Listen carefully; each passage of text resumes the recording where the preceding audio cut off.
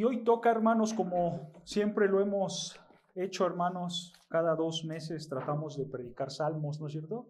Entonces, hoy, hermanos, toca ver el Salmo número 25, el Salmo número 25. Y en la forma en que está escrito este salmo en su hebreo original, hermanos, es en una forma literaria como un acróstico. O sea, ¿qué quiere decir esto de acróstico, hermanos? Esto quiere decir que el primer versículo empieza con la primera letra del alfabeto hebreo.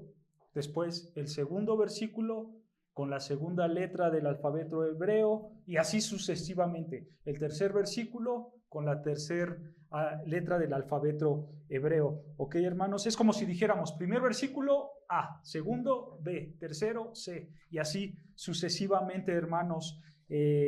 Está escrito este Salmo 25 como un acróstico.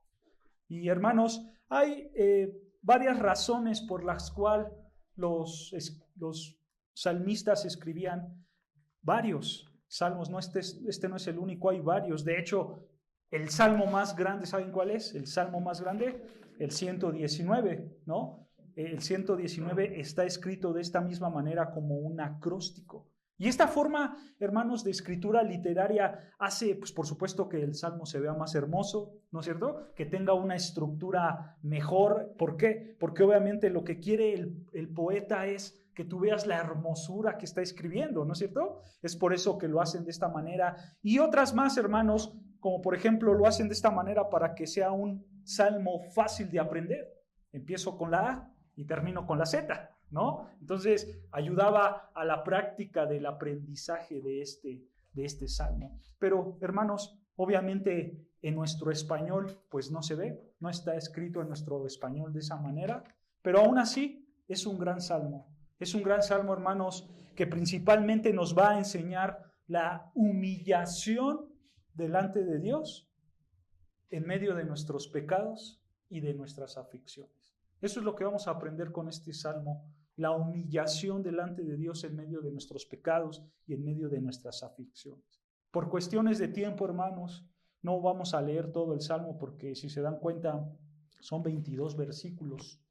Y otra vez, hermanos, les voy a pedir de su paciencia. Siempre les pido de su paciencia, hermanos, pero siempre me tocan los versículos más largos. Entonces, les voy a pedir de su paciencia porque son varios versículos y si Dios me permite vamos a acabar este salmo, ¿ok? Así que acompáñame al Salmo 25 y vean, hermanos, ahí en el Salmo 25 cómo empieza con el título que tiene aquí, hermanos. El título dice Salmo de David. Esto nos hace entender fácilmente, hermanos, que David es el autor, ¿no es cierto?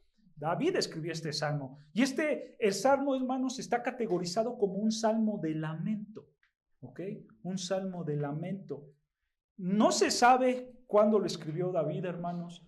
Los comentaristas no se ponen de acuerdo. Muchos estudiosos dicen que probablemente, y lo más seguro es en la época de Absalón, su hijo, cuando lo estaba persiguiendo para querer matarlo y destronarlo del trono. Muchos apuntan a eso, hermanos, pero todos concuerdan y dicen, pero la realidad es que no sabemos en qué periodo lo escribió David. Pero ¿saben qué sí sabemos, hermanos? Lo que sí sabemos es que David tuvo muchos problemas en su vida. Tuvo muchas aflicciones, tuvo muchos dolores. Y este salmo refleja claramente cómo un verdadero creyente sabe la palabra de Dios en medio de las crisis. Eso es lo que refleja este salmo. Cómo un verdadero creyente sabe la palabra de Dios en medio de las crisis, en medio de los problemas. Así que vamos a empezar, hermanos, y vamos a ver versículo por versículo y vean cómo comienza David diciendo, versículo 1, Salmo 25, versículo 1 dice, a ti, oh Jehová, levantaré mi alma. Nota la palabra Jehová. Jehová, hermanos, se traduce mejor como Yahweh. Yahweh. O sea, hermanos, David aquí se está refiriendo a Yahweh, al Dios de pactos. Eso es lo que quiere decir el nombre de Yahweh, el Dios de pactos. Pero nota, hermanos, que él dice, a ti, o sea, a ti, oh Jehová, a ti, Yahweh, a ti, el Dios de pactos, que levantaré mi alma. A ti, Dios de pactos, levantaré mi alma. Quiero que notes, hermanos, cómo David desde el principio lo que hace es rendirle su alma a Dios. ¿No es cierto? Es como si de aquí David dijera, Señor, a ti te entrego mi alma. Porque esta palabra levantaré en hebreo es nasa, que quiere decir tomar. Yo tomo mi alma y la levanto a ti. Esa es la idea de esta palabra levantaré. Yo tomo mi alma. Date cuenta, hermanos, es como si David aquí estuviera tomando su alma, o sea, su ser interior, todo lo que es él, lo toma y se lo da a Dios. Esto nos hace ver, hermanos, que desde el principio David está en una total sumisión a Dios. ¿No es cierto? En una total sumisión. Él lo que quiere es tomar su alma y levantársela al Dios de pactos. Él toma todo su ser. Él toma hasta lo más profundo de él. En pocas palabras, hermanos, aquí David está rindiéndose a Dios. Se está entregando todo su ser delante de Dios. ¿Esto de qué nos habla, hermanos? Esto nos habla de la confianza inmensa que David le tenía a Dios.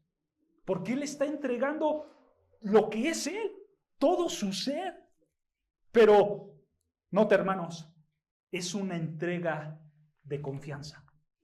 Yo entrego todo lo mío a ti, ¿no es cierto? Yo confío en que tú sabrás qué hacer con mi ser. Yo lo entrego a ti.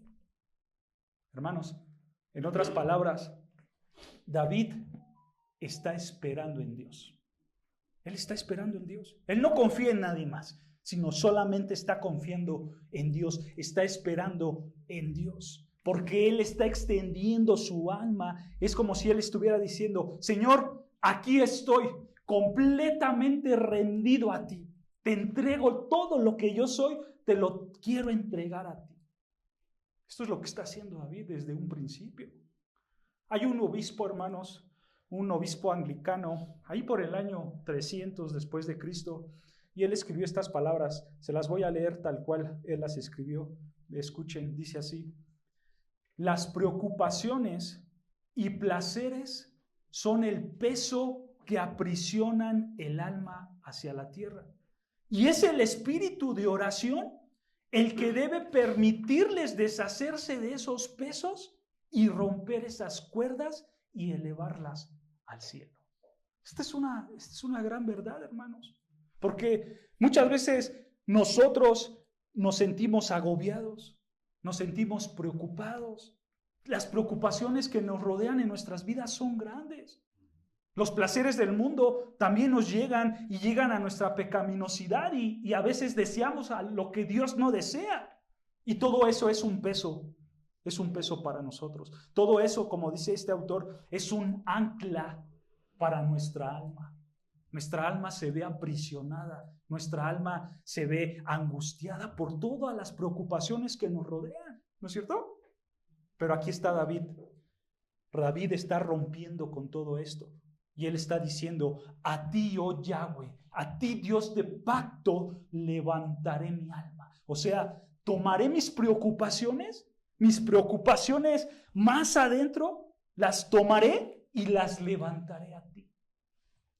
Nota, David, hermanos, es un gran ejemplo de cómo nosotros debemos orar en medio de nuestras preocupaciones. Tú debes de orar, hermano, siempre mirando ¿a quién? A Dios. Siempre yendo por la ayuda de Dios. Porque si tú pones tus cargas en Dios, hermanos, todo se te va a hacer más fácil. Y para ahí es donde el salmista nos quiere llevar. Que primero, sobre todas las cosas, te entregues a Dios. Entregues todo tu ser, incluyendo las preocupaciones.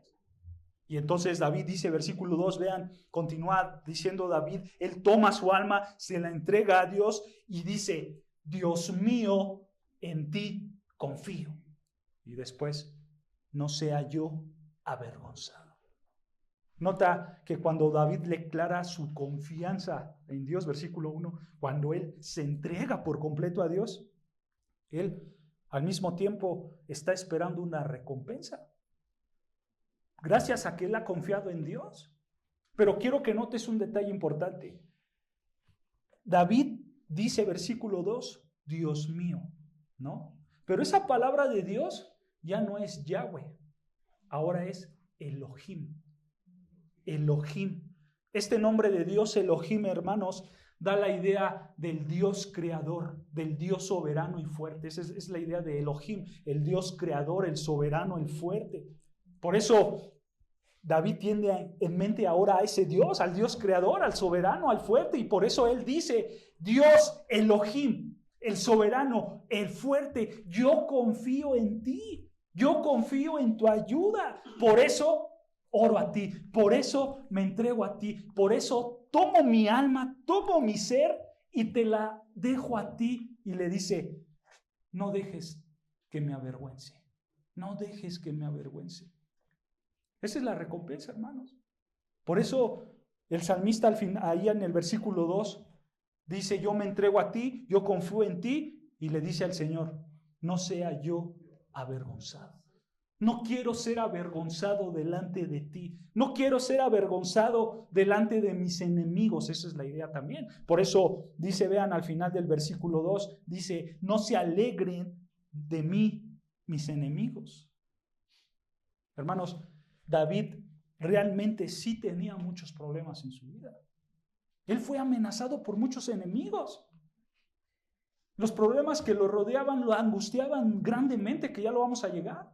Por eso David se veía acorralado y que decía, no tengo otra escapatoria más que levantar, entregar mi alma a Dios. Y le pido que no sea avergonzado delante de mis enemigos. Porque mis enemigos son muy poderosos y mis enemigos me quieren aplastar, me quieren destruir, porque ellos quieren lo peor para mí.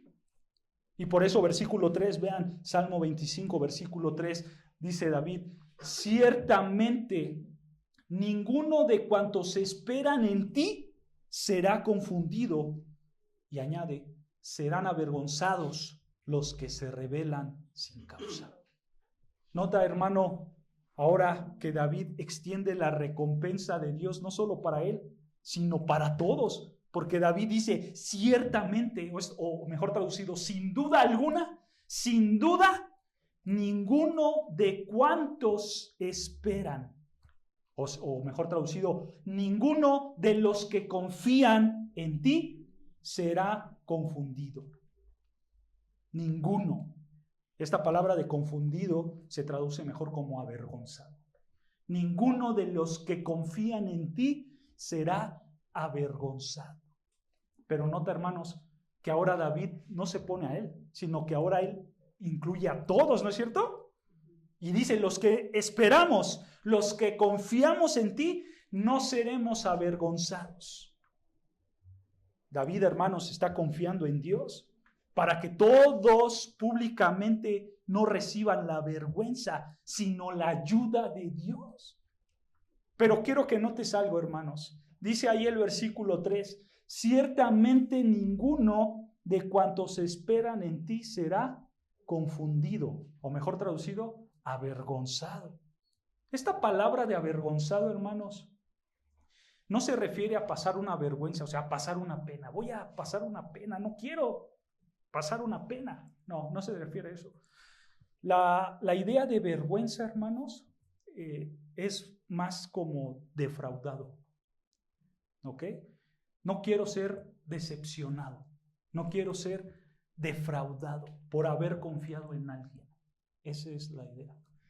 Entonces, entendiendo esto, lo que David está diciendo aquí es, Señor, mi confianza está en ti, mi alma te la he entregado, todo mi ser te lo he entregado, a ti el Dios Todopoderoso, el Elohim, el Soberano, no me falles, no me falles, no me demuestres que he confiado en lo incorrecto. Eso es lo que está tratando de decir David. Obviamente nosotros sabemos, hermanos, que Dios cumple su palabra, ¿no es cierto? Dios cumple sus promesas. Ve lo que dice Isaías 49:23. Si me acompañas rápidamente a Isaías, el profeta Isaías 49:23. Vean lo que dice, palabras de Dios mismo. Y esta es una gran promesa también para nosotros. Y dice Isaías 49, versículo 23. Dice así la palabra de Dios: reyes serán tus ayos y sus reinas tus nodrizas. Con el rostro inclinado a tierra te adorarán y lamerán el polvo de tus pies. Y conocerás, escucha, que yo soy Jehová, que no se avergonzarán, o sea, que no serán defraudados los que esperan en mí. Estas son palabras de Dios. Él dice que Él es Jehová. Y gracias a que Él es Jehová, los que esperan en Él no serán defraudados. Esta es la promesa de Dios para nosotros. Hermano, tú puedes confiar plenamente en Dios, porque Él no te va a defraudar. Él siempre va a estar para ti, en medio de tus circunstancias más débiles, más profundas. Él no te va a defraudar. Pareciese que no está Jehová, pero ahí está Dios contigo. Y tú tienes que tener esa fe en decir: Señor, tú no me vas a defraudar, y yo creo eso. Yo creo que tú estarás conmigo, porque dice tu palabra que si yo espero en ti, no seré avergonzado. O sea, no seré defraudado. Y vean, continúa David, regresamos, Salmo 25:3, continúa David, y dice David: serán avergonzados, al final del versículo 3, serán avergonzados los que se rebelan, o sea, los que traicionan sin causa. Esos sí serán avergonzados. Un hombre o una mujer que traiciona, que no tiene palabra, que vive en pecado, él sí va a ser defraudado, él sí va a ser avergonzado. Vean, los enemigos de Dios al final, hermanos, sufrirán la vergüenza, ¿no es cierto? Pero continúa David y dice, versículo 4, continúa diciendo: muéstrame, oh Jehová, o mejor traducido, Yahweh. Muéstrame, Yahweh, Dios de pactos. Muéstrame, ¿qué? Tus caminos. Enséñame tus sendas. Nota cómo ahora, hermanos, pide David al Señor que le enseñe sus pactos para que corrija su vida. Pacto se refiere a su palabra, a sus enseñanzas. O sea, lo que David está diciendo aquí, hermanos: Señor de pactos, porque así lo llama Yahweh, ¿no es cierto? Señor de pactos, antes que yo sea avergonzado, antes que yo sea defraudado, mejor enséñame esos pactos, enséñame tus caminos, enséñame tu palabra. Aquí, hermanos, lo que estamos viendo es a David teniendo un amor inmenso por la palabra de Dios. Él anhelaba conocer los caminos, él anhelaba conocer los preceptos de Dios, sus pactos, sus mandamientos. ¿No es cierto? Hermanos, esto es importantísimo para nosotros. Tenemos que conocer la palabra de Dios. Porque muchas personas pueden decir: híjoles, yo nada más obedezco la palabra de Dios porque es palabra de Dios. ¿No? Hermano, tienes razón, tú debes de obedecerla porque es palabra de Dios, ¿no? Pero tu intención más profunda, ¿cuál es? ¿Solo porque es palabra de Dios? ¿O porque realmente amas esa palabra? Es una gran diferencia, ¿no es cierto? De obedecer por compromiso o de obedecer porque amo lo que estoy haciendo. Eso es lo que aquí David está expresando. Él tiene un amor profundo por la palabra de Dios que le está diciendo: enséñame tus sendas, hazme saber tus caminos, ¿no es cierto? Y alguien puede decir: pero pastor, yo conozco a personas que viven en Dios, que caminan en Dios, y a veces sí son avergonzados, a veces sí son defraudados. No por Dios, porque Dios no defrauda, pero sí por la gente que los rodea. Y sí, es cierto, un verdadero cristiano puede sufrir la vergüenza, el defraude. Pues claro que sí, ¿no es cierto? Pero eso no pasa gracias a que el cristiano fue seguidor de Dios, ¿no? Eso pasa gracias a que ese hombre que lo defraudó no es seguidor de Dios, no ama a Dios, no quiere nada ni con Dios ni con sus seguidores. Pero no es por el creyente, sino es por las malas obras de allá afuera, ¿no es cierto? La gente es pecadora, la gente es mala. David sabía perfectamente eso, por eso él le pide a Dios, Señor, ¿qué? Enséñame tus caminos, enséñame tus pactos. Misma idea, versículo 5, vean. Y le dice David, versículo 5, encamíname en tu verdad y enséñame, porque tú eres el Dios. Aquí Dios es Elohim, porque tú eres Elohim, el creador, el fuerte, el soberano, ¿de qué? De mi salvación. En ti he esperado todo el día. Nota, hermanos, cómo David deseaba los caminos de Dios, anhelaba ser guiado por Dios, anhelaba ser enseñado por Dios. ¿Cuál es la razón? Aquí está. Porque tú eres el Dios creador fuerte y soberano de mi salvación. Esa es la razón. ¿Por qué David anhelaba la palabra de Dios? Porque Dios era su salvación. Dios era su salvador. Y gracias a que tú me salvaste, gracias a que tú me ayudas, dice, en ti he esperado todo el día. Nota, hermanos, cómo podemos ver que gracias a que Dios salvó a David, eso hizo que David esperara, eso hizo que David confiara en Dios, eso hizo que David mostrara su corazón lleno de gratitud a Dios, porque lo ha salvado, porque ha hecho mucho por él. ¿No es cierto?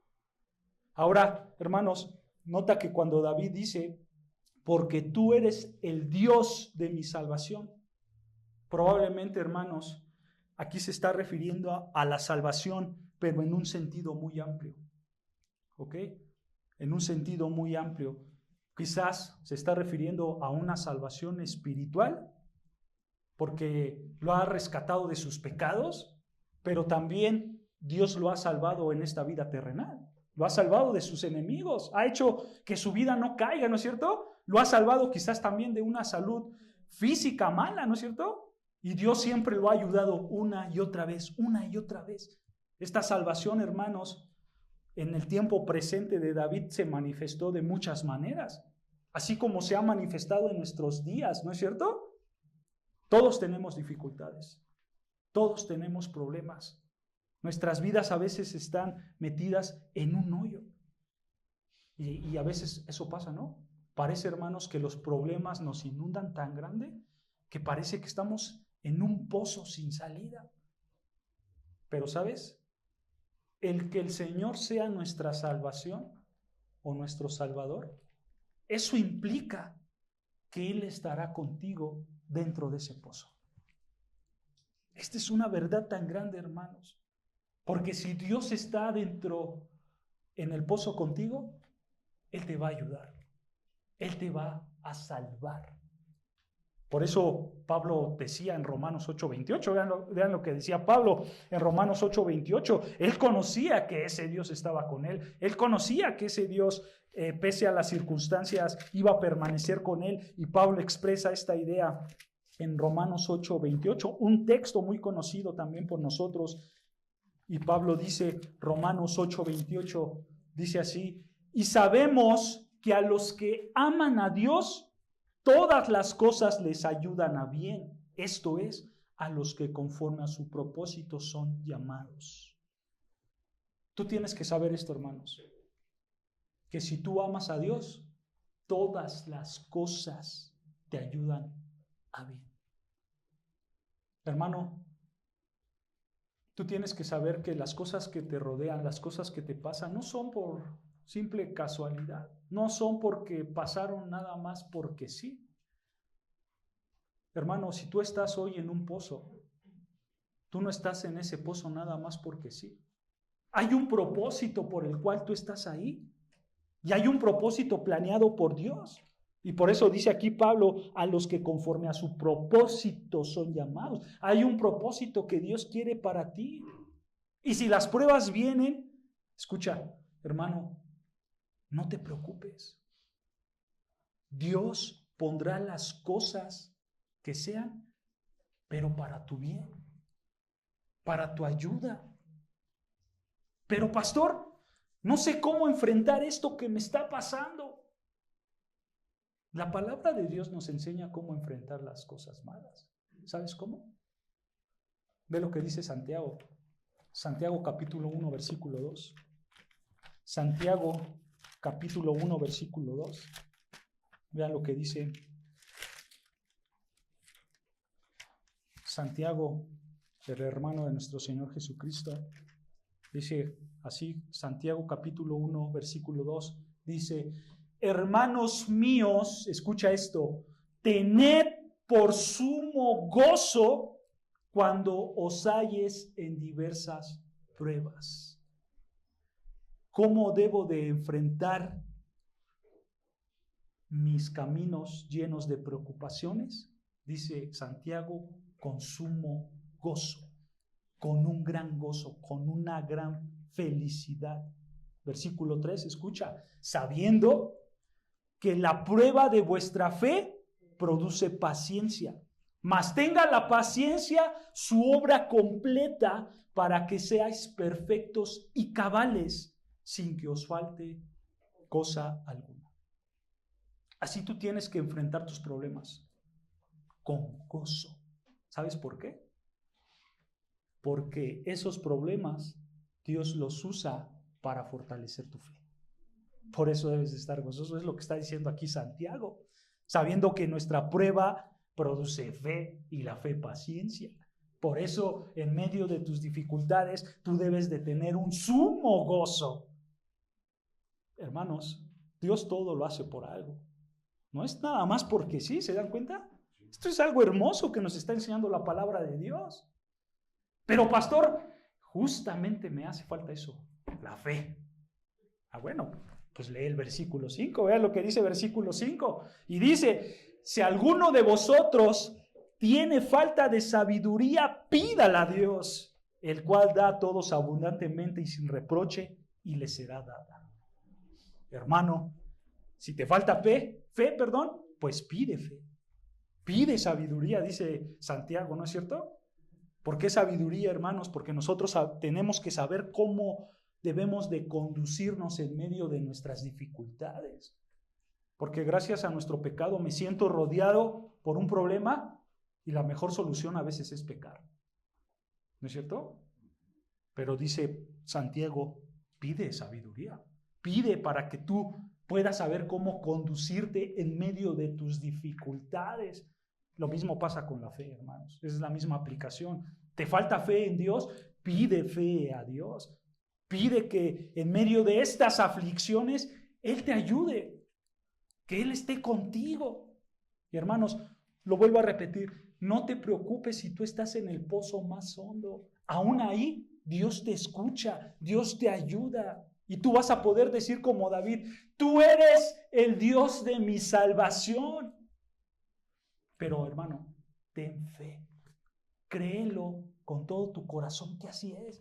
Cree con todo tu ser que en medio de tus dificultades está Dios, en medio de tus enfermedades, en medio de tus problemas, en medio de tus dolencias está Dios, pero créelo con fe. Y si te hace falta fe, pídela a Dios. Y entonces David sabía eso.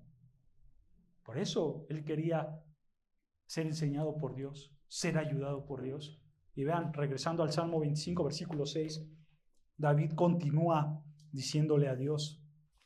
Salmo 25, versículo 6, y le dice, Señor, acuérdate, oh Jehová. Otra vez, Yahweh. Ahora usa el término Yahweh. Acuérdate, oh Dios de pactos. Acuérdate de tus, ¿qué? De tus piedades, o sea, de tus compasiones. Acuérdate de tus compasiones y de tus misericordias que son perpetuas. Nota cómo David le está diciendo a Dios que se acuerde, que se recuerda, ¿no es cierto? Esa es la idea de acuérdate. Recuerda, oh Jehová, tus piedades y tus misericordias. Fíjense, hermanos, aquí hay algo muy hermoso. Esta palabra de misericordia en hebreo se traduce como Gesed. Gesed. que en una traducción muy literal quiere decir amor leal o amor de pacto. Eso es lo que quiere decir misericordia. Amor leal o amor de pacto. Esto es hermoso, hermanos, porque la misericordia de Dios está basada en una promesa de amor de pacto. O sea, hermanos, lo que David está diciendo es: Señor, acuérdate de tus piedades y de tu misericordia, o sea, y de tu amor de pacto. Pero quiero que notes algo. ¿Misericordia está escrito en plural o en singular? En plural. De tus misericordias. Es plural, ¿no es cierto? Nota, hermanos, Dios basa su amor no es solo en una misericordia, sino en muchas misericordias, o sea, en muchos pactos. Y eso era lo que David pedía, hermanos. Eso es lo que David le estaba pidiendo al Dios de pactos, a Yahweh. Recuerda tus pactos, no uno, sino todos los pactos que has hecho, recuérdalos. Y le dice al final del versículo 6, porque son que perpetuos, o mejor traducido, antiguos, porque son antiguos. O sea, hermanos, quiero que veas que David sabía perfectamente que los pactos de Dios se retoman desde la antigüedad. No era algo que había pasado en ese momento. Era un pacto que Dios ya había hecho desde antes. Y David dice, ese pacto que hiciste antes, agárralo, Señor, y tráelo a mi vida. Porque él sabía que desde antes que él naciera ya existían pactos y seguirán existiendo hasta la eternidad. Por eso la Reina Valera los traduce como perpetuos, como eternos, porque esos mismos pactos nunca pasan, hermanos, son perpetuos para nosotros. El pacto de salvación es eterno para nosotros, ¿no es cierto? Y simplemente, hermanos, quiero que notes que lo que está diciendo aquí David es: Señor, tú me has mostrado tus misericordias, tú me has mostrado tu amor de pactos desde el pasado. Ahora te pido que lo sigas recordando y haz lo posible en mi vida. Haz lo posible en mi vida. Hermano, este es un gran ejemplo de cómo tú tienes que orar al Señor. Tú tienes que decirle al Señor: Dios, tú me has rescatado demasiadas veces y ahora te pido que lo sigas haciendo. Estoy en necesidad, estoy en apuros, estoy en problemas. Acuérdate de tus pactos que nos has hecho. Te necesito, Señor. Esa debe de ser tu oración también. Así tú debes de orar. Nosotros como Iglesia de Cristo, hermanos, tenemos un pacto de amor con Cristo, ¿no es cierto? Él ha hecho ese pacto con nosotros. Y David entendía que ese mismo Mesías, que ese mismo Cristo había hecho un pacto con él de amor. Tú también tienes que entenderlo. Dios ha hecho un pacto contigo y debes de pedirle a Dios que se acuerde de esos pactos en medio de tus aflicciones. Ahora, hermanos, quiero que veas aquí algo también interesante. Aquí David dice que esos pactos son antiguos, ¿no es cierto? Y que tarde o temprano van a llegar a su vida.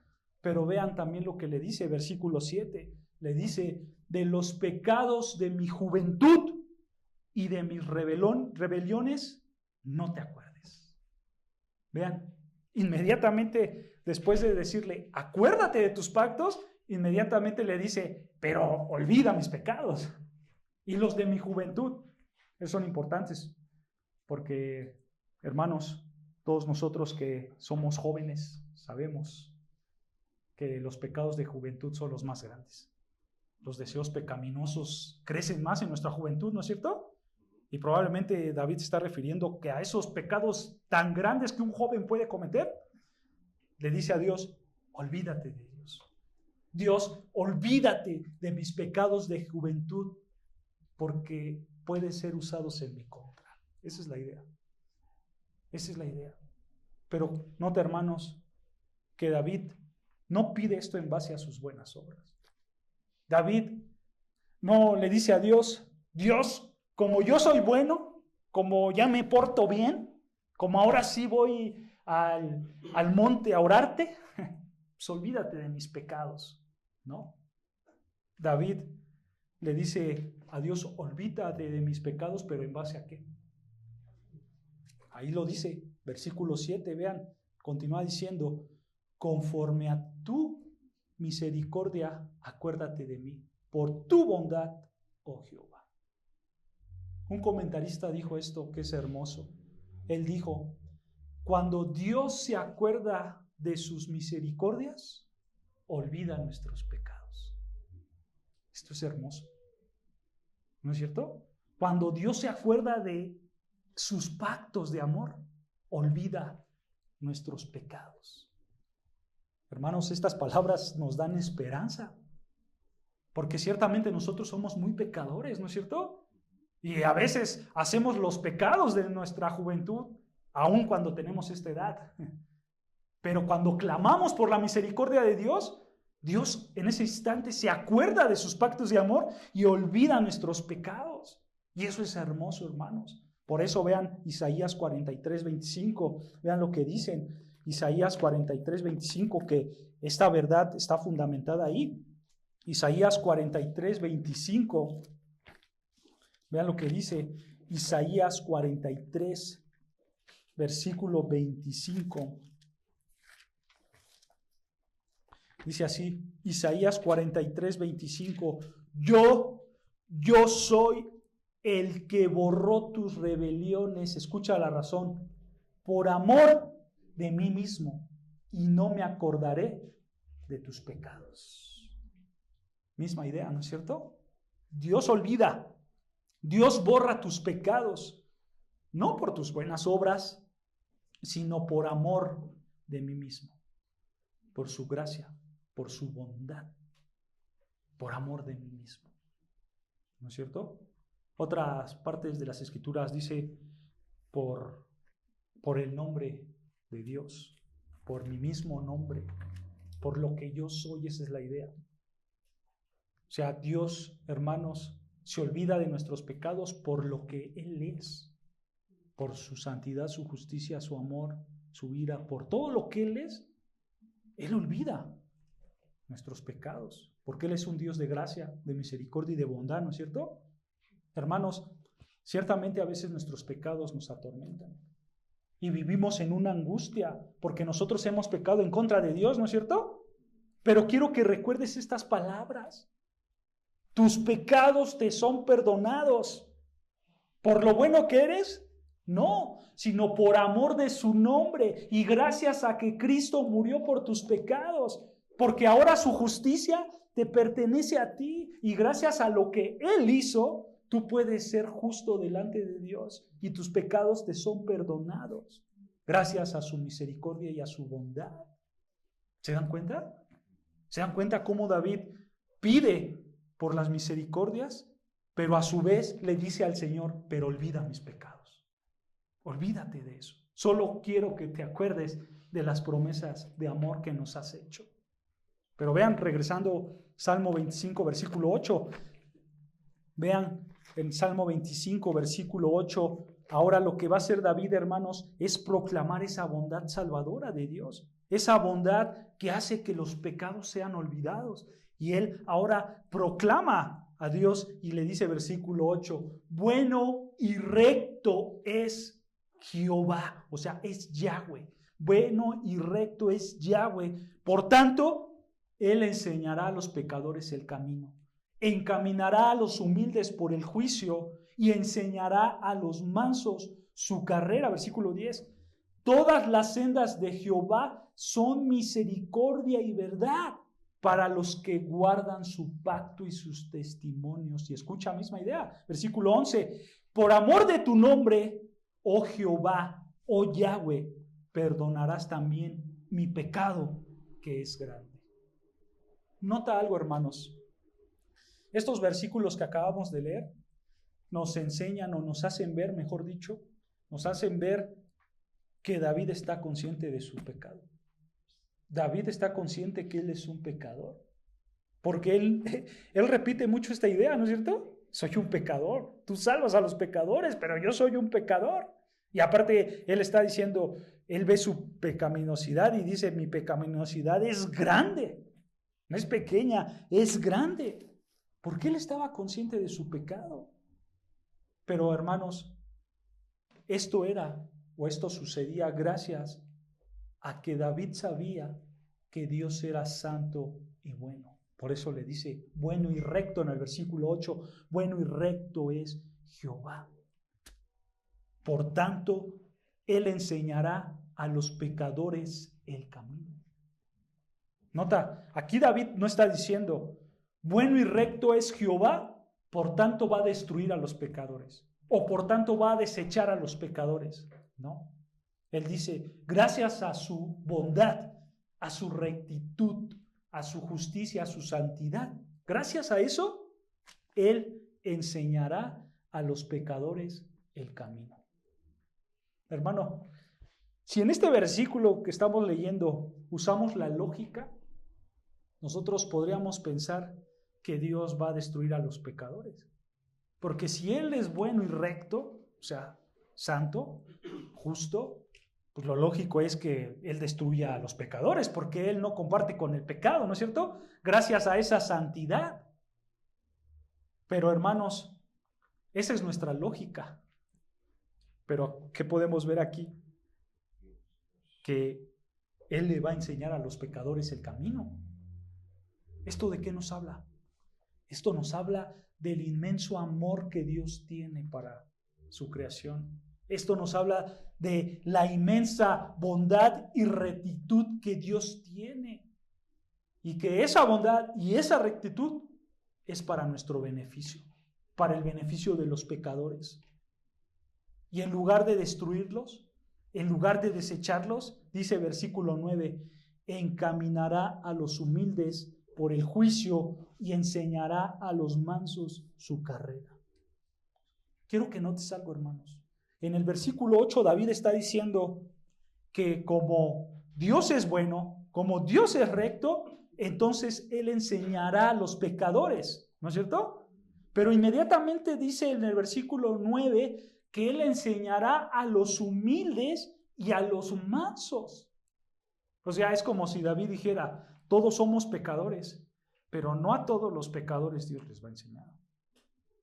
Y empieza a segmentar David y dice, solo a los pecadores humildes y solo a los pecadores mansos. ¿Se dan cuenta, hermanos? Hay un tipo de pecador que solo Dios enseña, que solo Dios guía, que solo Dios salva. Y es al pecador humilde. No a todos. Solo los hombres y las mujeres humildes. Solo ellos recibirán que la guía, las enseñanzas, la corrección del Señor. Eso es lo que está enseñando aquí David. Y yo quiero preguntarte algo, hermanos. ¿Cómo está tu relación con Dios? ¿Tú sigues teniendo la guía de Dios? ¿Tú sigues teniendo la dirección de Dios hoy en día? ¿Dios te sigue guiando? Porque, hermano, si tú hoy en día no estás en los caminos de Dios, si tú solo vives una apariencia externa, pero internamente tú sigues en tus pecados, entonces eso quiere decir que tú no eres humilde, sino que tú eres un hombre o una mujer orgulloso. Porque si tú fueras humilde y manso, entonces, por lógica, Dios te estaría guiando. Dios te estaría llevando por los buenos caminos, porque tú eres humilde, porque tú reconoces tu pecado, porque tú te arrepientes de tus pecados, así como David. Y cuando eso pasa, Dios te guía, Dios te enseña sus caminos. Porque vean, aquí estamos viendo que Dios solo encamina a ¿quiénes? A los humildes, a los mansos, a los que reconocen su pecado, a los que se arrepienten. ¿Sí? ¿Él perdona todo pecado? Claro que sí, pero debes de confesárselo. Y debes dejar tu pecado. No solamente es decir, Señor, yo sé que tú perdonas pecados. Y Dios te va a decir, sí, pero necesitas confesarlo y dejarlo. Porque eso es una evidencia de que tú eres un humilde, porque tú confiesas tu pecado, tú reconoces que estás mal y te sometes a mí. Por eso dice manso, tú te sometes a mí y cuando eso pasa, yo te guío, yo te llevo por el buen camino. ¿Se dan cuenta, hermanos? Es necesario que seamos hombres humildes de corazón. Y si eso pasa, hermanos, si tú eres humilde de corazón, tú vas a tener los beneficios de Dios. Vean versículo 10, los beneficios de Dios. Todas las sendas de Jehová son misericordia y verdad para los que guardan su pacto y sus testimonios. Esta es una promesa muy grande de Dios, pero hay una condición. Aquí dice que si tú permaneces en sus pactos, en su palabra, o sea, si tú conoces sus mandamientos y los obedeces, dice aquí, entonces Dios te dará misericordia y verdad. Ese es el beneficio que tenemos por obedecer la palabra de Dios. Vamos a tener la misericordia de Dios y la verdad de Dios en todo lo que tú hagas. Ahora, alguien puede decir, es que para mí los caminos de Dios son difíciles. Para mí los caminos de Dios son severos. Y David te va a contestar y te va a decir, no es cierto. Versículo 10. Todas las sendas de Jehová son misericordia y verdad. No son duros, no son severos. Son misericordia y verdad. Demuestran el amor de Dios, demuestran lo que es Dios. Pero bueno, solo para quien los conoce y para quien obedece esos mandamientos. Por eso David dice, para los que guardan su pacto y su testimonio. Para ellos sí va a ser los caminos como sendas de misericordia y de verdad. Para los que no guardan el camino de Dios, sí van a ser severos. Sí va a ser una carga para ellos. Porque él o ella no aman la palabra de Dios. Él o ella no aman los caminos de Dios. ¿Se dan cuenta, hermanos? Cómo David nos empieza a hablar de la obediencia que tenemos que tenerle al Señor, a su palabra, para que nosotros podamos ser beneficiados, podamos ser benditos, hermanos. Quiero que notes cómo David pasa de levantar un clamor de auxilio a Dios, de entregar todo su ser, a decir, Señor, yo me he estado dando cuenta que sí soy un pecador, y el más grande de los pecados, pero al final yo sé que si yo permanezco en tu palabra, en tu verdad, tú vas a ser misericordioso, tú me vas a dar la verdad, tú estarás conmigo guiándome. Y ese es el clamor de David. Hermano, ¿tú quieres experimentar la misericordia de Dios en tu vida? O sea, ¿tú quieres experimentar el amor de pacto de Dios en tu vida? Si lo quieres hacer, aquí está. Conoce y vive la palabra de Dios. Conoce y vive. Y fíjense, hermanos, quiero que notes algo. Ahí en el versículo 10 empieza con esta frase, todas las sendas de Jehová. El gran predicador Charles Spurgeon dice que esa palabra de sendas, todas las sendas, todos los caminos de Jehová, esa palabra de sendas da la idea, hermanos, de un camino que fue marcado por ruedas. O sea, pasan carretas y esas carretas, sus ruedas, dejan surcos, ¿no? Dejan caminos. Pero, hermanos, no porque pasó solo una vez, sino que porque ha pasado ya varias veces. Entonces decía Spurgeon, él decía que la idea de que las misericordias y la verdad de Dios se mostraban en nuestras vidas, no solamente era que se iba a mostrar una vez, sino que se iban a mostrar varias veces en esas sendas que parecían siempre marcadas. Esa es una idea hermosa, hermanos, porque Dios no solamente una vez te va a mostrar su misericordia, sino siempre, cada día, en cada momento, las misericordias de Dios van a estar en tus vidas. Siempre, siempre, hermanos, a tal grado que van a dejar surcos en los caminos de tu vida. Así serán las misericordias de Dios para ti. Esto es hermoso, ¿no es cierto? Porque, hermano, pases lo que pases, Dios jamás te va a dejar. Jamás te va a dejar. Él siempre va a estar contigo mostrándote su amor de pactos. Solo aprende y cumple su palabra. Esto es lo que Él está diciendo. Solo hazlo y yo te voy a bendecir, te voy a mostrar mis pactos, mi misericordia, mi amor leal a ti. Esto está garantizado, hermanos. Pero no por tus buenas obras, no por lo que bueno que eres tú, sino por lo que dice el versículo 11. Vean, por amor de tu nombre, oh Jehová, perdonarás también mi pecado que es grande. No por lo bueno que eres tú, no por las buenas obras, sino por el amor del nombre de Dios. Nota, hermano, como Dios perdona tus pecados, Dios te llena de bendiciones. ¿Por qué? Por su nombre. Por su nombre. Pero quiero que notes otra vez aquí como David vuelve a decir que él está consciente de su pecado. ¿No es cierto? Mi pecado es grande, dice David. David, hermanos, está esperando que Dios perdone su pecado, pero por el nombre de Dios mismo, porque él reconocía que su pecado era grande. Hermano, si usamos otra vez nuestra lógica, esto puede sonar imposible, porque solamente imagínate a un criminal, hermanos. Está un criminal ahí sentado, adelante está el juez, porque este criminal ha sido agarrado y está en la corte.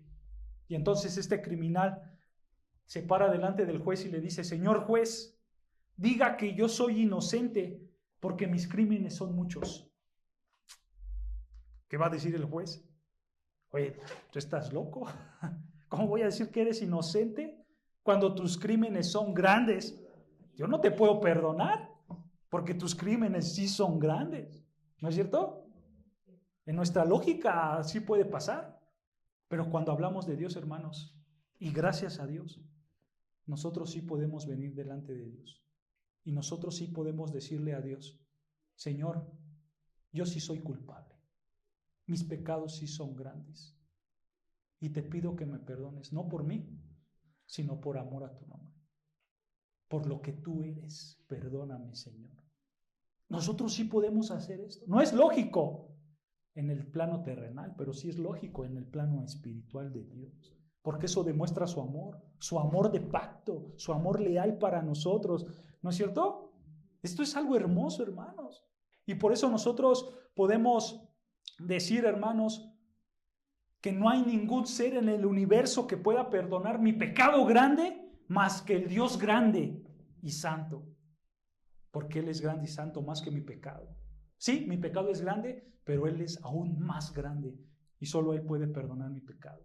Por eso David decía: por amor de tu nombre, oh Jehová, perdonarás también mi pecado que es grande. Señor, yo soy un gran pecador, pero tú eres un gran salvador. Eso es lo que está diciendo David. Por eso, Señor, humildemente, desde el principio, versículo 1, me someto a ti, me entrego a ti y te pido, perdona mi pecado.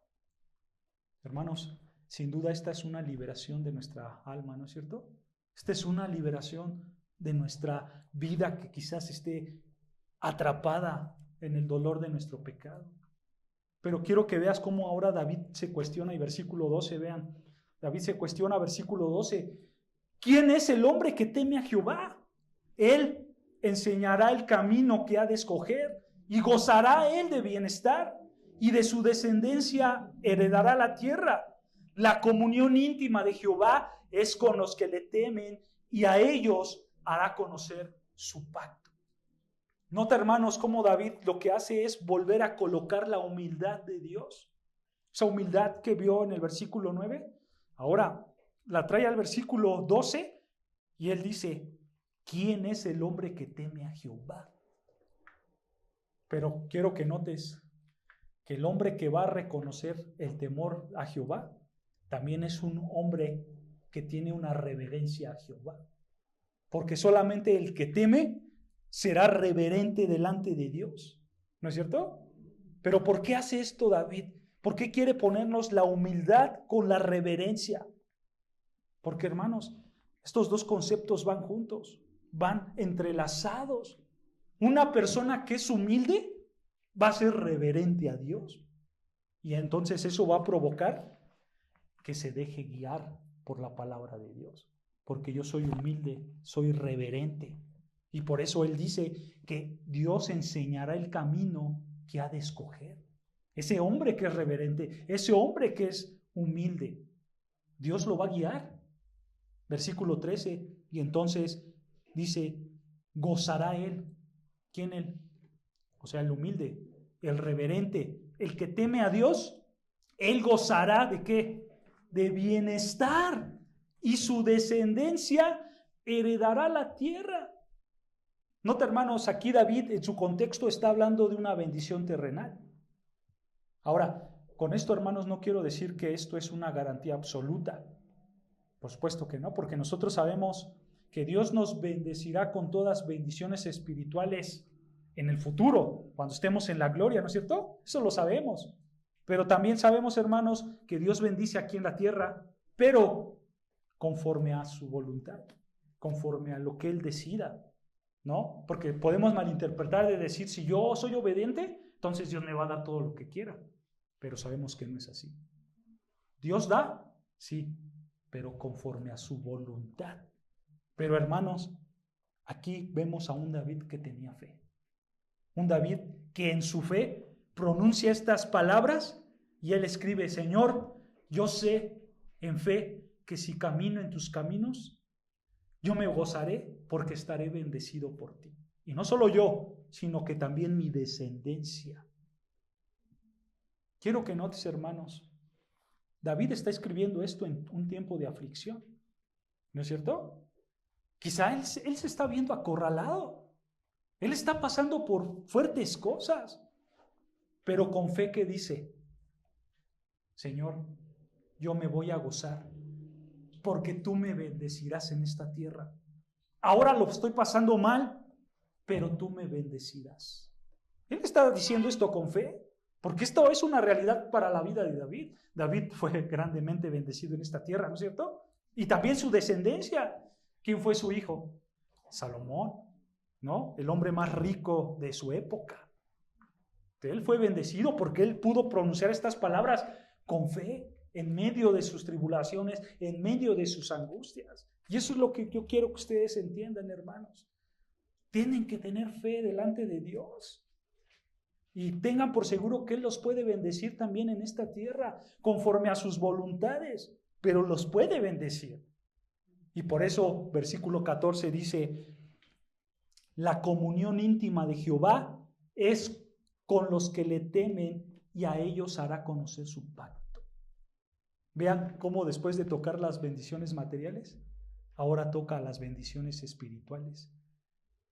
Y él le dice, sí, Señor, es verdad que si somos humildes, que si somos reverentes, Él nos va a guiar en su palabra. Él nos va a bendecir en esta tierra. Pero sobre todas las cosas, el beneficio más grande que vamos a tener es tener una comunión íntima con Jehová. Esa es la bendición más grande, hermanos. Tendremos una relación estrecha con Dios. Pero fíjense, esa palabra de comunión en hebreo se traduce como secreto. Secreto. Vamos a tener un secreto íntimo con Jehová, esa es la idea. Es como, hermanos, es como si tú tuvieras una plática confidencial con Dios.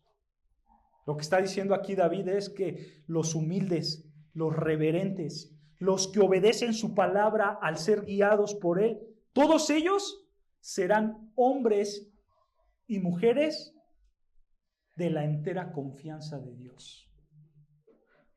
Porque ellos sabrán sus secretos, serán sus confidentes.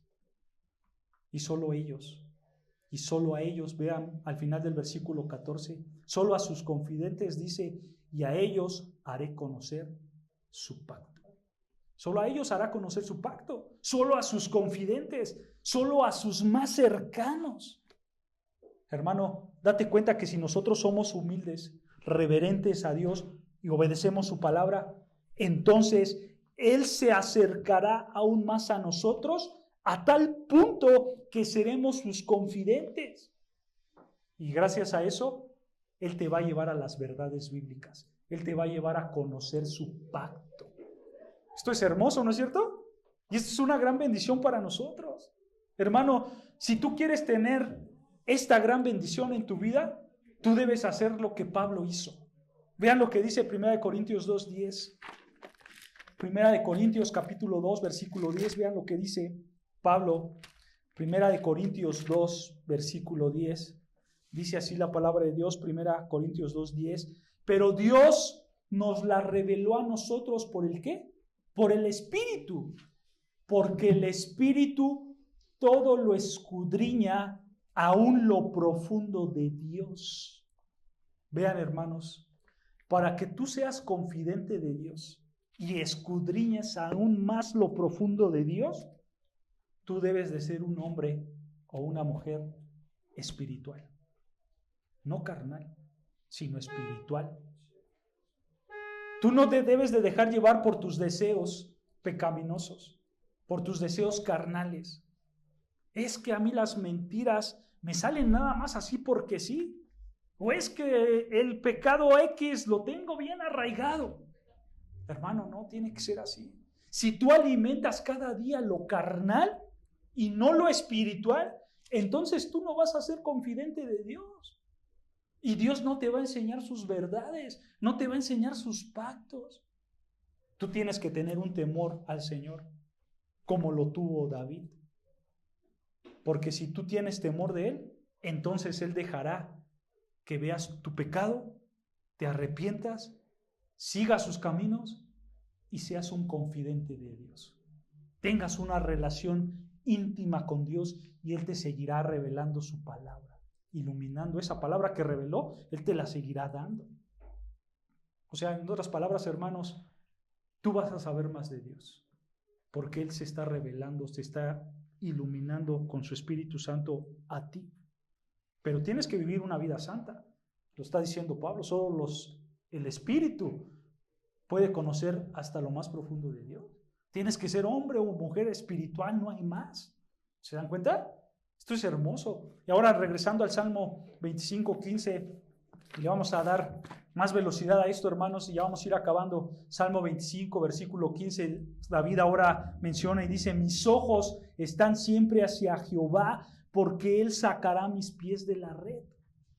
Nota cómo David empieza a mirar a Dios, cómo Él pone su mente, eso es lo que refleja la mirada. Él pone su mente, sus pensamientos, sus anhelos, su alma, todo su ser, Él lo pone a Dios. ¿Sabes por qué Él hace esto? Dice aquí, porque Él sacará mis pies de la red. En otras palabras, Él me va a rescatar. Él me va a rescatar. Hermanos, David tenía muchos problemas, como muchos de nosotros. Nosotros vivimos en aflicciones, ¿no es cierto? Y aquí David vemos que se sentía como un pez atrapado en medio de una red. O sea, sus problemas le llegaban hasta el cuello. Sus enemigos lanzaron una red y esa red atrapó sus pies, ¿no es cierto? Pero él dice, Dios me rescatará porque yo he puesto mis ojos en Él, mis pensamientos, mis anhelos, todo mi ser lo he puesto en Él. Hermanos, esto es tener fe, ¿no es cierto? Porque en medio de los problemas, tú puedes decir, la red de mi problema ya me atrapó, pero yo he puesto mis ojos en Dios y Él me va a rescatar. Nota, hermano, no importa que si tú estás en una red, no importa cuán abrumado estés en tus problemas. Si tú pones tu mirada en Cristo, si tú pones tus pensamientos, tus anhelos, tu mente solo en Cristo, sí o sí, Dios te va a rescatar. Pero tienes que tener fe como David la tuvo. En medio de esos problemas, en medio de esas circunstancias. Ahora, hermanos, ¿estamos diciendo que esto es fácil? Pues no, es difícil y muy difícil. Pero de eso trata la fe, que en medio de tú ves que las cosas no van a salir como crees que van a salir, y entonces tú tienes fe y dices, yo no veo la salida, pero yo confío en ti, Señor. Yo sé que tú lo harás, yo sé que tú me rescatarás, ¿no es cierto? Y entonces el Señor va a actuar. Y vean, hermanos, tú vas a poder decir lo mismo, versículo 16, y tú le vas a decir, mírame y ten misericordia de mí, porque estoy solo y afligido. Vean, en medio de tu sufrimiento tú puedes clamar a Dios con fe por sus misericordias. Hermano, no importa el problema que tengas, tú clama a Dios. Y ve, David estaba sufriendo, ¿no es cierto? Él dice que estoy solo y afligido. Y vean versículo 17, las angustias de mi corazón están aumentando. Sácame de mis congojas, mira mi aflicción y mi trabajo, o en hebreo mi fatiga, mira mi fatiga y perdona todos mis pecados. Nota cómo David se siente atrapado, se siente agobiado, ¿no es cierto? No solo por sus enemigos, sino que él abre su corazón y dice, también por mis pecados. Mis pecados también me están inundando. Otra vez nos vuelve a recordar David que reconocía cuán pecador era, ¿no es cierto? Pero hermanos, eso también le causaba aflicción a su alma, sus pecados. Pero, ¿qué hizo David? En medio de toda su aflicción, él siempre pidió a Dios. Él siempre hizo eso. Él no huyó de sus problemas. Él no quedó ahí a ver sin hacer nada, pasmado. No, él dijo, tengo un problema, tengo que levantar mi alma a Jehová. Y empezó a orar, y empezó a entregarse a Dios, y empezó a decir, Señor, yo reconozco que soy un pecador, pero si sigo tus sendas, tus caminos, yo voy a ser bendecido por ti, y tú me vas a rescatar. ¿De qué nos habla esto, hermanos? Esto nos habla de que el esperar en Dios no es una acción pasiva. No es que yo espero en Dios a ver qué pasa. No, el esperar en Dios es una acción activa. Yo hago algo. Yo me esfuerzo por obedecer, por seguir tus palabras. Sí, estoy atrapado en una red. Sí, estoy en un pozo. Sí, mis problemas son grandes, pero yo sigo haciendo lo que me corresponde porque sé que tú me vas a rescatar. Y esa era la oración de David. Hermano, ¿así son tus oraciones? Cuando tú estás en problemas, ¿cómo oras tú, hermanos? Espero que sea así. Si no es así, ve este gran ejemplo para que de hoy en adelante tú puedas orar de esta manera y tú puedas ir delante de Dios. Como dice el autor de Hebreos, ¿no es cierto? Que para todos nosotros podemos ir delante de Dios, delante del trono de la gracia para alcanzar socorro, ¿no es cierto? Eso es lo que nosotros tenemos que hacer. Tienes que ir y orar y decirle al Señor, ten misericordia de mí. Hermano, pide por el alivio de tu alma. Pide por tus circunstancias. Esto estaba haciendo David en medio de sus problemas. Y vean versículo 19.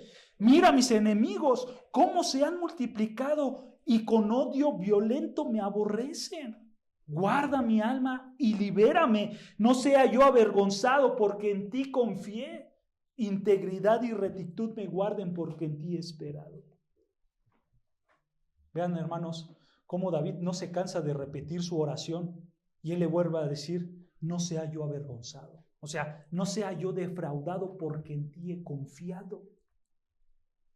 Yo sigo tus palabras, yo sigo tus caminos, Señor. Y yo sé que tú eres un Dios santo y recto.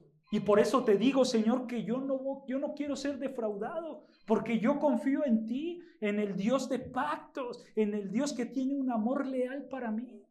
Y él pone su vida en entera confianza a Dios, ¿no es cierto? Pero quiero, hermanos, que notes la angustia en la cual se encontraba David. Él estaba, versículo 16, solo afligido. Versículo 17, en angustia. Versículo 18, en aflicción y fatigado. Su mismo pecado lo llevaba a una aflicción, ¿no es cierto? Versículo 19, todo esto pasaba pues, porque tenía enemigos grandes y poderosos, ¿no? Él estaba en un problema muy grande, pero al final decía, versículo 21, integridad y rectitud me guarden, porque en ti he esperado.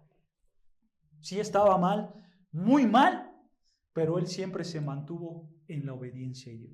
Integridad y rectitud me guarden, o sea, yo soy obediente, yo sigo tu palabra y en ti he confiado, Señor, y espero en ti.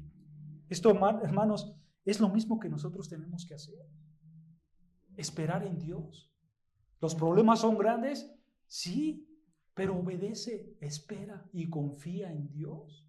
Pablo lo describe de otra manera. Vean, 2 Corintios 4, 7. 2 Corintios 4, versículo 7. Pablo lo describe de otra manera, porque esto mismo nosotros debemos de hacer en medio de nuestras luchas, hermanos. Vean, 2 Corintios 4, versículo 7, dice así: pero tenemos este tesoro en vasos de barro, para que la excelencia del poder sea de Dios y no de nosotros, que estamos tribulados en todo, escucha, mas no angustiados. Estamos en apuros, mas no desesperados. Perseguidos, mas no desamparados. Derribados, pero no destruidos. Y vean la razón. Llevando en el cuerpo siempre por todas partes la muerte de Jesús, para que también la vida de Jesús se manifieste en nuestros cuerpos. Esta es nuestra esperanza. Cristo y solo Cristo. Estoy preocupado, sí, pero como dice el texto, pero no desesperado. Estoy en aflicciones, sí, pero no derribado. ¿Se dan cuenta, hermanos? Los problemas nos van a rodear, sí, pero nuestra esperanza está aquí, en Jesucristo, en su vida, en su muerte y en su resurrección. Estoy en angustia, persecución, aflicción de alma, pero yo he confiado en ti, Cristo. Yo he puesto mi fe en ti. Hermanos, David soportó y esperó en Dios, confió en Dios y él seguía sirviendo a Dios. Esto sí es tener una relación profunda con Dios. ¿No es cierto? Yo soporto, yo espero y yo confío. Es una relación profunda con Dios. David, hermanos, no se quedaba o no se quebraba fácilmente. Él no se rompía fácilmente. Él, al primer problema, ya me voy y ya no quiero saber nada y todo me está ahí pasando. No, hermanos, ese no era David. David veía el problema y él ¿qué decía? Pues lo que toque, pero yo confío en el Señor. Yo espero en el Señor. Yo oro al Señor, porque el Señor es mi fortaleza. Hermano, ¿quién es tu fortaleza? Espero que la fortaleza tuya sea la misma de David. Espero que sea el Señor Jesucristo, porque solo en Él podemos tener socorro y alivio de nuestras almas, ¿no es cierto? Y hermano, quiero animarte a que tú también ores como David. Ora para que Dios nos dé a nosotros corazones similares a Dios, para que nada, hermanos, te pueda derribar, para que ninguna prueba, ninguna tentación, ninguna dificultad te pueda derribar. Y hermano, exprésale a Dios lo que hay dentro de ti. Hazlo. Tú dile, Señor, yo estoy afligido por esto y esto. Yo tengo luchas por esto. No tengas miedo, hermanos. Acércate a Dios y Él te va a ayudar y Él te va a corregir tus caminos. Y vean cómo acaba este hermoso salmo. Al final, Salmo 25, versículo 22. David no solamente oraba por él, sino que David levantaba una oración y decía, versículo 22, redime o libera, oh Dios, oh Elohim, oh Creador poderoso y fuerte, libera a Israel de todas sus angustias. Nota, hermano, cómo David no solo pensaba en sí mismo, no solo pensaba en sí mismo. Y ve que él está en dificultades grandes, ¿no es cierto? Lo acabamos de leer.